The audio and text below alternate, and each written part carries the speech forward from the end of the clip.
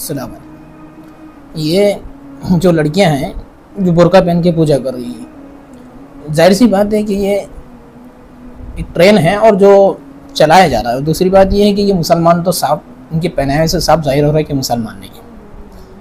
इनको पहनने का तरीका तो पता नहीं, क्योंकि सिर्फ साफ साफ जाहिर है, सिर्फ आंख पर काला बुर्का डाल के मुसलमानों को बदनाम करने का तरीका, या तो फिर इनके ज़रिए से इनकी रोज़ी चल रही है। मैं तो जानता हूँ कि मुसलमानों के ज़रिए से इनकी रोज़ी चल रही है, राजनेता हो या फिर ये लव ट्रेस वाले हो या फिर पंडित। अब तो ऐसा हाल होगा कि पंडित के पुजारी, पंडितों की भी ऐसा लग रहा है कि रोजी रोटी इसी पर ही होगी कि मुसलमान की लड़कियों को पूजा बिना मुसलमान की लड़की का ट्रेन चलाओ, यानी नकाब पहनाओ अपनी बहन बेटियों को और मुसलमान बता के जो है तो ये काम करो।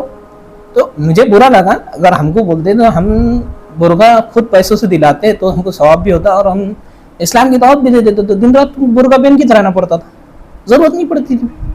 तो इस्लाम में दाखिल होने, अगर इस्लाम में दाखिल हो जाते तो हमारे जवान बच्चे वो तैयार है, हम निकाह भी करा देते थे उनसे। अगर तुम्हारे बेटियों की निकाह नहीं हो रहेंगे इस तरह से तो फिर हम निकाह भी करा के देते। जन्म आप जो भी है अब कर लिए, मगर एक बात समझ में नहीं आई कि बुर्का क्यों, बुर्कों के जरिए से क्यों ऐसा कर रहे।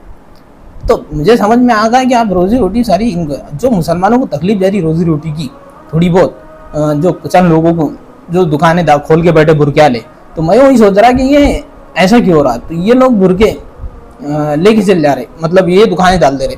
तो मुझे ऐसा लग रहा है कि बुरके की दुकान खोलना चाहिए। अगर अपनी रोजी रोटी बढ़ाने की है और अपने को कमाना है तो बुरके बहुत बिक रहे, तो अब मेरे को ऐसा लग रहा है कि बुरके की दुकान खोलना पड़ेगा। तो चल रहे भाई, मैं बुरके की दुकान खोल रहा, अब तुम मेरे पास आ जाओ, चल।